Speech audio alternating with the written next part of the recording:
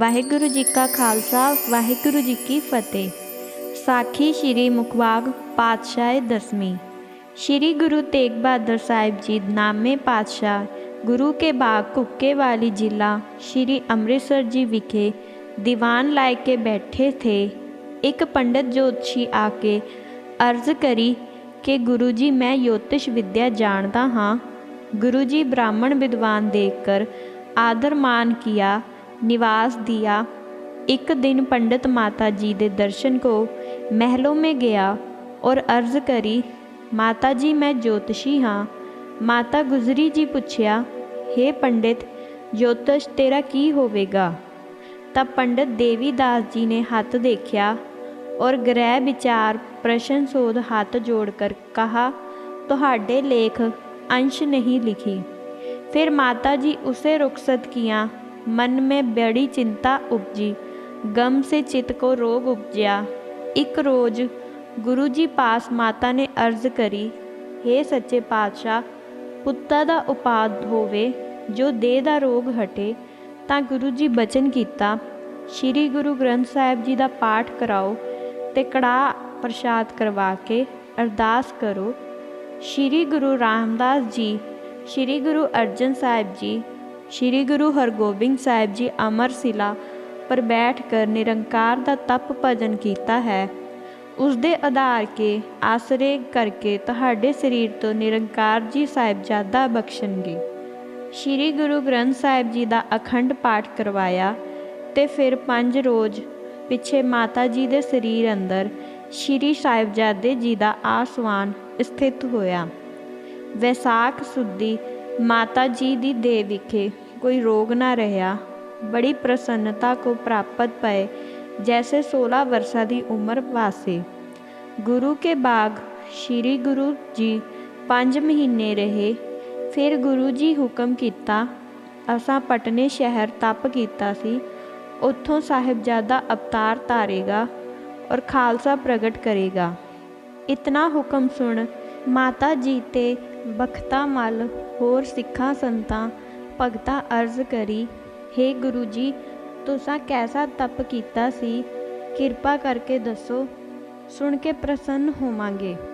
गुरु जी बचन किया, जदों महकासुर दैंत देवतियां दा राज खो के बहुत अहंकार को प्राप्त पया सी, देवी के साथ लगा सी जंग करने, अपने मनो इच्छा धार के देवी लियाकर अपने महल में बलि पुत्र पैदा करांगा।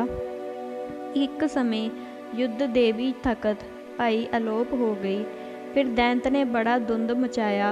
गुरु जी बचन किया, असी गुरु चेला दोवें गंगा जी के किनारे तप धार के बैठे से और शेर के मृगान पर फिर दैता आनकर बड़ा दुख दिया सी। तुसी भी देवी दे नाल हो के दसो देवी कित्थे है। फिर असां अकाल पुरख दा सिमरन कर अपने बंगंबर आसन झाड़े ते ऐसे शेर पैदा होए, उन्हां सारे दैंत पख लिते। असी इशनान कर ध्यान धर बैठे तो दैंत एक भी जीव दा नज़र ना आया। पिछे देवी प्रगट पई, दैंत युद्ध करने को कोई नज़र ना आया।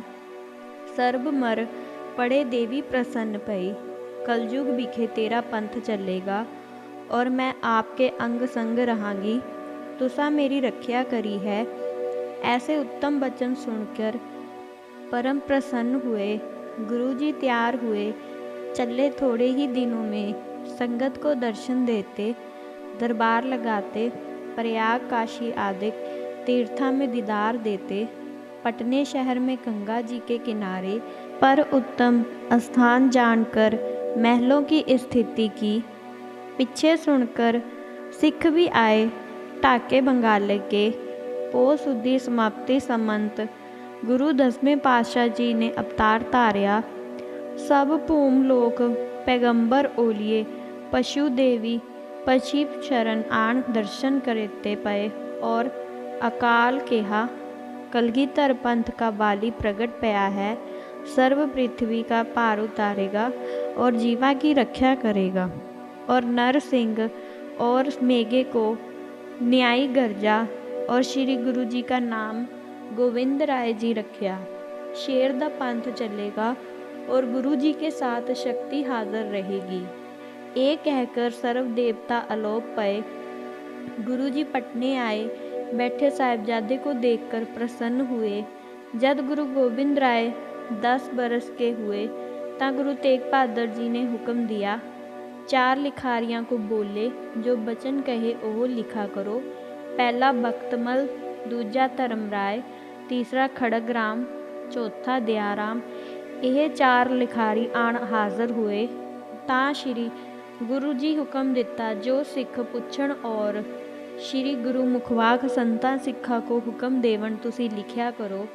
गुरु गोविंद राय जी बड़े बड़े अचरज खेले खेल अपने इष्ट धर्म का उपदेश सिखा संगता प्रति करनगे और इस कथा प्रसंग का चरित्र सर्व बचित्र नाटक दे 6वें अध्याय विखे कहा है। जद श्री गुरु जी बचन किया तब बचन मान सिखा दे मन ते शक उपदेश दे ਜ਼ਾਹਰ करने ਲਈ ਸਰਬ ਪ੍ਰਸੰਗ ਲਿਖਾ ਦਿਏ। ਅੱਗੇ ਗੁਰੂ ਤੇਗ ਬਹਾਦਰ ਜੀ ਦੀ ਕਥਾ ਚੱਲੀ।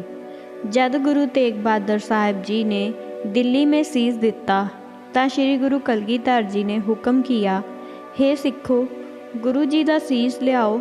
ਤਾਂ ਜਿਉਣ ਰਾਮ ਹੁਕਮ ਲੈ ਕੇ ਤੁਰ ਪਿਆ। ਕੁਦਰਤ ਨਾਲ ਸੀਸ ਲੈ ਕੇ ਆਇਆ।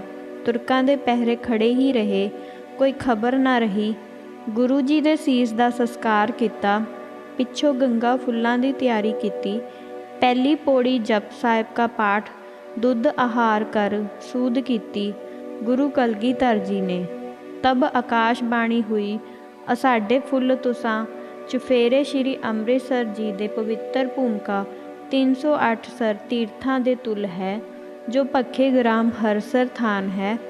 ਉੱਥੇ ਸ਼੍ਰੀ ਗੁਰੂ ਨਾਨਕ ਜੀ ਜਪਜੀ ਕਾ ਇਕੋਤਰ ਸੌ ਪਾਠ ਕਰਕੇ ਵਰ ਦਿੱਤਾ ਸੀ, इत्थे संसार का उद्धार होवेगा। धरती का आद है, गुरु का तीर्थ है, सर्व तीर्थां की शक्ति उस विखे आई है। श्री अमृतसर फुल्लां नूं इशनान करवा के जपजी का पाठ करवा परम श्रद्धा सहित कड़ाह प्रसाद बरताओ। यथाशक्त अन्न बरस्त गज अस्त पूजा कर उत्थे फुੱਲ परवा दिओ।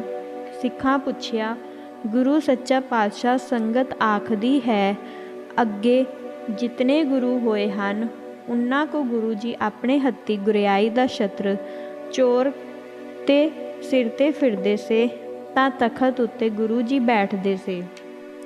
ਸੋਢੀ ਗੋਬਿੰਦ ਸਿੰਘ ਜੀ ਆਪੇ ਹੋ ਗੁਰੂ ਬਣਾ ਬੈਠਾ ਹੈ।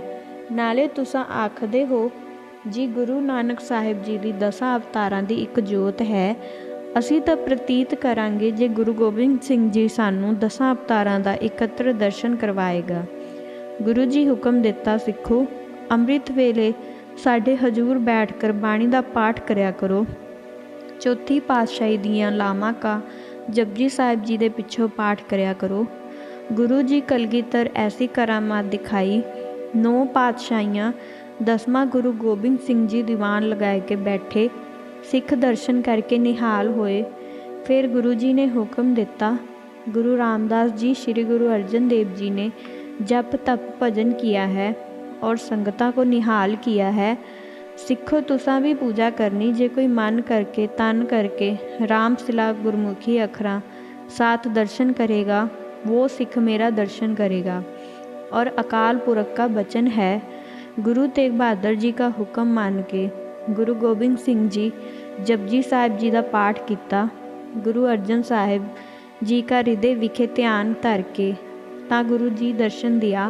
फिर अमर शिला पर विराजमान हुए और बचन किया, हे सिखो, जपजी साहिब के पाठ करने से सर्व कार्य सिद्ध होए जावणगे और शुद्ध पावना साथ आहार दुध परौने का करो ता तुसानू गुरु जी का दर्शन होवेगा। और सिखा अर्ज करी, सच्चे पातशाह जी असी फुੱਲ कित्थे जाकर परवाइए। और आग्ञा हुई, तुसी फुੱਲ हरसर जी जावो। बचन मान कर दया राम धर्मू हटीला मोहकम दास साहिब दास हिम्मत दे भाई मनी दास उत्ते चंद वक्त मल बुद्धि पुन फुੱਲ लैके तुरे जाए कर अमृतसर जी पहुँचे। अमृतसर जी स्नान कराए कर यात्रा करके फिर संगत ने गंगासर की तैयारी की। तीसरे पहर गंगासर जी जाए पहुँचे। स्नान किया, मन शीतल हुआ और कहा, बड़ा तपोवन है और संगत बड़ी आनंद होती पई। धन गुरु जी हैं, ऐसे सुंदर तीर्थ का दर्शन कर, स्नान कर, सर्व लोकां के शोक दूर किते। कड़ा प्रसाद कराए कर, अरदास कराई, फुल्लां को स्नान कराए कर, जपजी साहिब का पाठ करके फुल्लां सिख ने जाकर रावी विखे प्रवाह दिए।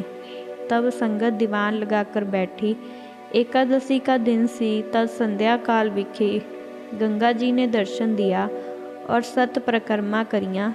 फिर बैठकर दर्शन कर अर्ज करी और कहा, पापी लोग मेरा नाम लैके इशनान करते हैं, इस कारण मेरा रंग काला हो गया सी। तां ते मैं विष्णु भगवान जी दे पास अरदास करी, मेरा रंग सफ़ेद होवे। जी तां विष्णु भगवान कहा, तू श्री ਅੰਮ੍ਰਿਤਸਰ जी जाकर दर्शन करावो तां तेरा रंग सफ़ेद हो जाएगा। उत्थे नाना प्रकार के देवी देवते, सिद्ध साधु, तपीशर, मुनीश्वर, 9 नाथ, 52 बीर, 6 जति गुप्त प्रगट श्री ग्रंथ साहिब जी के पास वास करते हैं और श्री गुरु ग्रंथ साहिब जी का दर्शन कर सुख में रहते हैं। सिख गुरु के फुल्लां को नमस्कार करके गंगा जी के मुख थी सर्व वार्ता सुन के बड़े खुश हुए। श्री गुरु तेग बहादुर जी दे फुल परवाहे और शब्द सिखा ने पढ़िया। प्रेम संयुक्त शब्दों का पाठ करके सिखा भोग पाया। फिर गंगा ने कहा, हे गुरु जी के सिखो, विष्णु भगवान जी कहा, जपजी पाठ करे करावे उसकी 84 कट्टी जाएगी। अपनी इच्छा अनुसार बैकुंठपुरी आए रहणगे। जपजी मंत्र मेरे श्वास है, गुरमुखी आखर मेरे रोम ਹਨ। फिर गंगा जी आख्या, उस रोज़ दी मैं इत्थे संत रूप धार के रहिंदी हाँ, मेरे को श्री जपजी साहिब दा पाठ सुनाओ।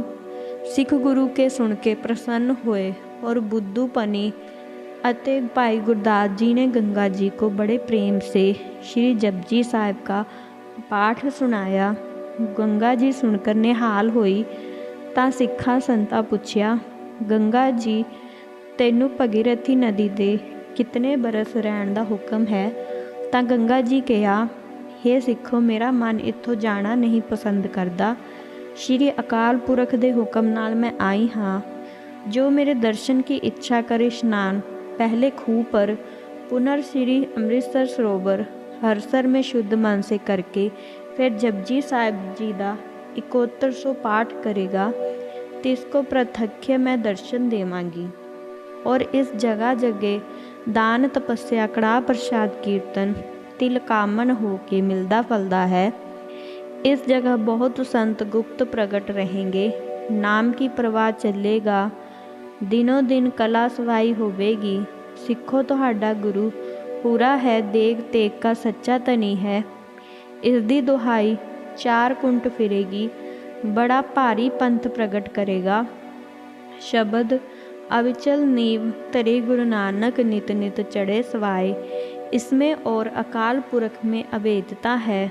हे सिखो, गुरु जी के सच्चे मन से सेवा करो। मीरी पीरी का मालक तुहाडा सतगुर है। 10 पातशाहियाँ गुरु गुरु नानक गुरु गोबिंद सिंह एक रूप जानो। हे सिखो, यह तीर्थ बहुत पुराना है। जो इस जगह स्नान कर दर्शन करे तिसको गंगा जी का दर्शन होवेगा। पहोए कुरुक्षेत्र का कुछ काम नहीं, यहाँ सतगुरु जी के तीर्थ का निवास है। सिख सुन के बड़े राजी हुए, धन धन गुरु का तीर्थ। इतना कहकर गंगा जी अलोप हो गई और सिख श्री वाहिगुरु जी का जाप करन लगे।